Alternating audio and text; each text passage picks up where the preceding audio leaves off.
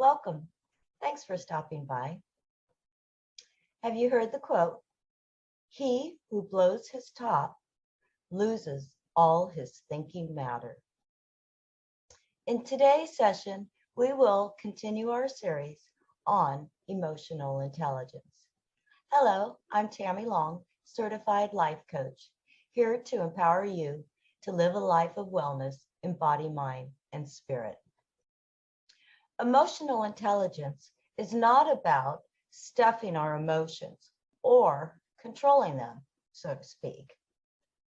It's really about experiencing our emotions fully and learning from them, using them as a source of information to guide our actions and our direction of life. We could call it behavioral self-control, which is tapping into our emotions, being emotionally self-aware, being self-aware in the moment, and then using that information to manage our behavior. Having emotional self-control, our behavioral self-control, means the ability to restrain ourselves when provoked and keeping our impulsive feelings under control. When working under pressure or dealing with hostility or opposition, we can manage ourselves. Otherwise, we react compulsively. We might be quick to anger or become agitated. We might even quit or give up. We become defensive and quickly go on the attack.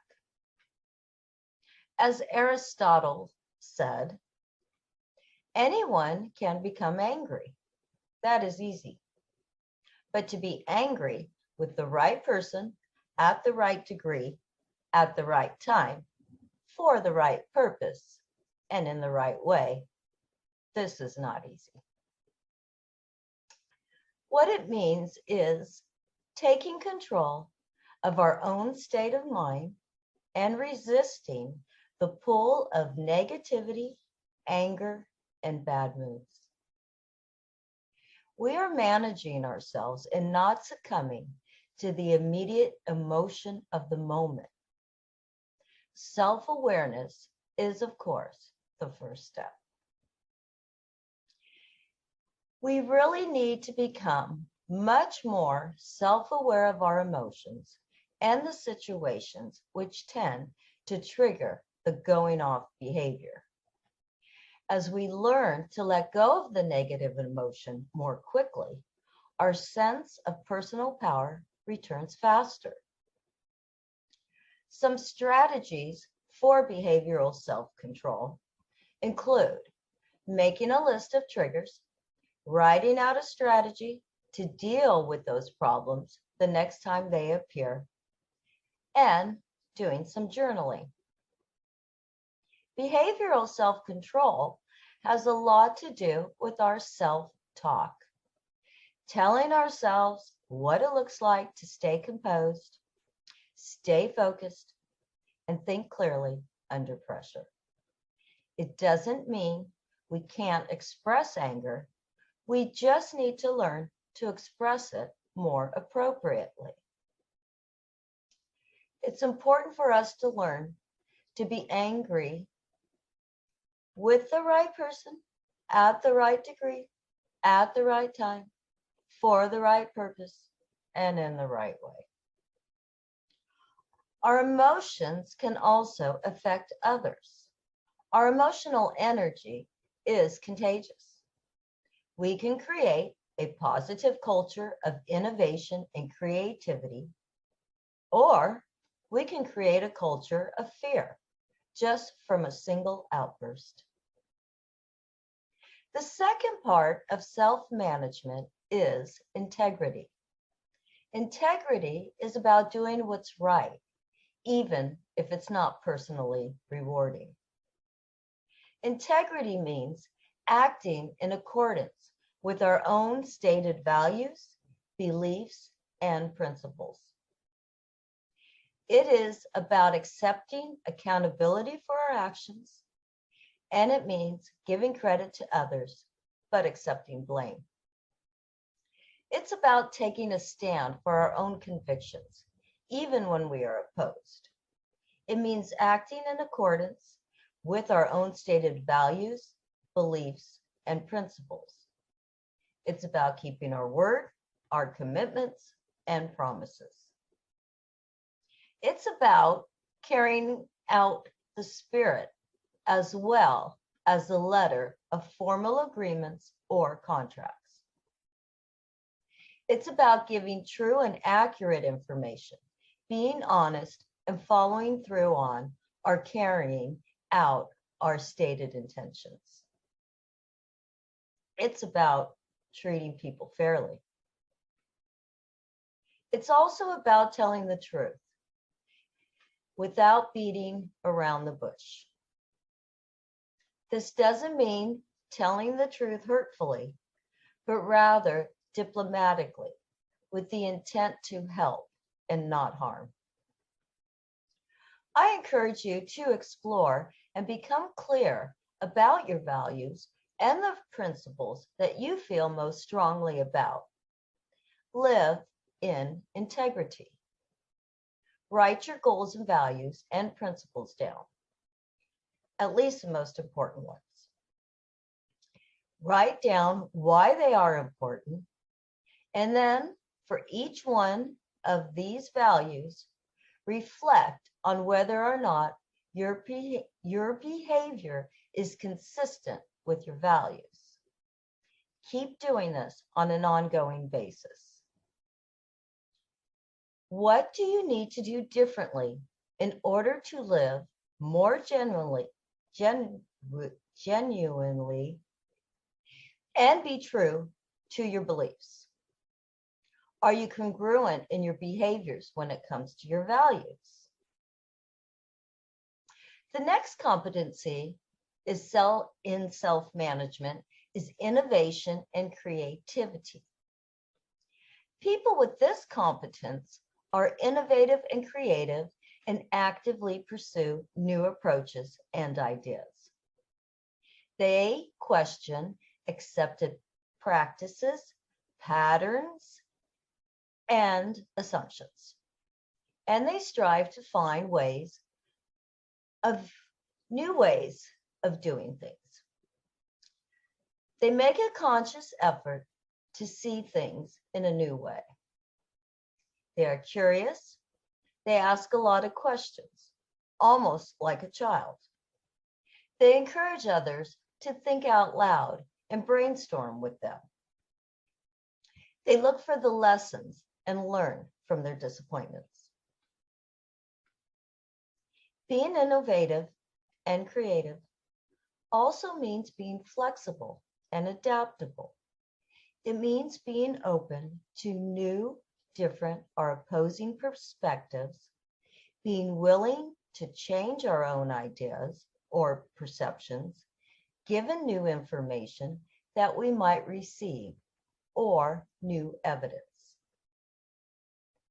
Call on all of your thinking capacity for generating ideas. This would include your feelings, your body memories, hunches, gut level responses, and intuition. We need to acknowledge when things are not working and make the necessary adjustments to our plans, goals, behaviors, and activities.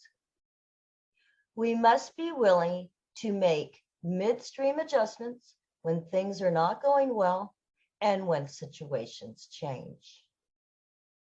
It also means being open to other people's opinions and viewpoints and learning alternative responses to other people. Responses that would encourage dialogue and brainstorming and input. You must be willing to accept an outcome that might be different from your initial expectations. The next competency we're going to talk about is initiative and bias for action. This is what this means. People who have initiative are proactive and persistent. They know what they want. They know they have what it takes to control their own destiny. They do not procrastinate. This also means taking advantages of opportunities before they become visible to others. People with this competency take a long-term view of their lives, and they take action now to achieve what they most want in their lives. They are ready to seize the opportunity or create it rather than simply wait. George Bernard Shaw has a quote. He says, "People are always blaming their circumstances for what they are. I don't believe in circumstances. The people who get on in this world are the people who get up and look for the circumstances they want. And if they can't find them, they make them. They constantly strive to do better and do more and experience new heights and be held accountable for their actions and ideas. They focus on how they can do something rather than why they can't. You see, it's important to identify what's holding you back." Here is a quote by Karen Lamb. "A year from now, you will wish you had started today." Isn't that true? We often think it'll be so many years from now when suddenly we're there and we look back and realize it could have been done. So think about that. Henry Ford quoted as saying, "You can't build a reputation on what you're going to do." We need to take action. Let's move on to resilience, the next competency in this quadrant.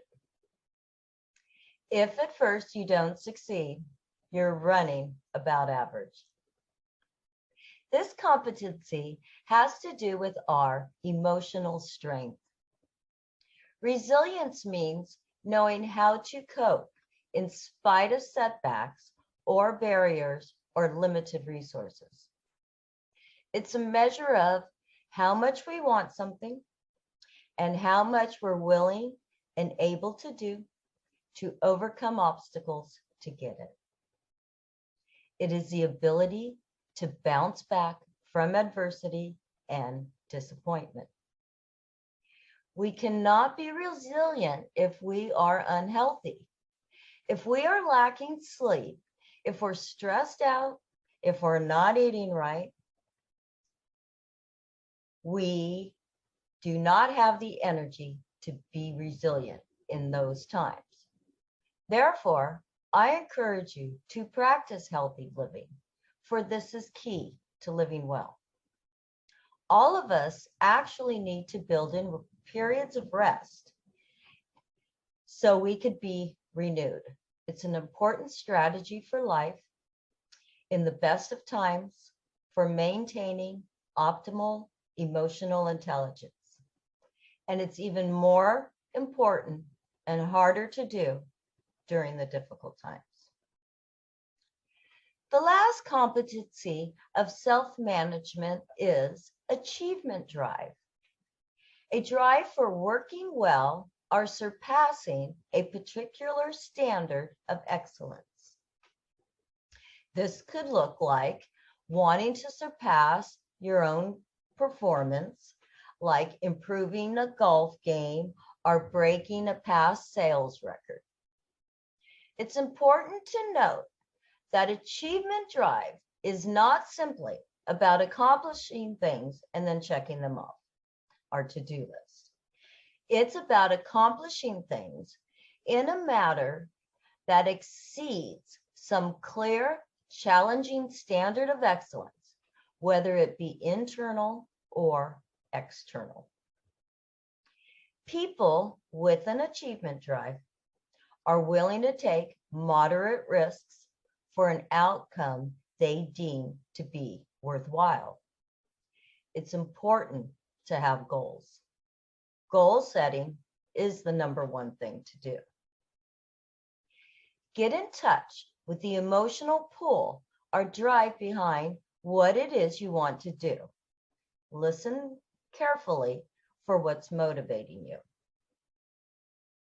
Set a goal of taking at least one step every single day towards achieving your big goals. Make a commitment to start today. After all, you are worth it. Thank you for stopping by.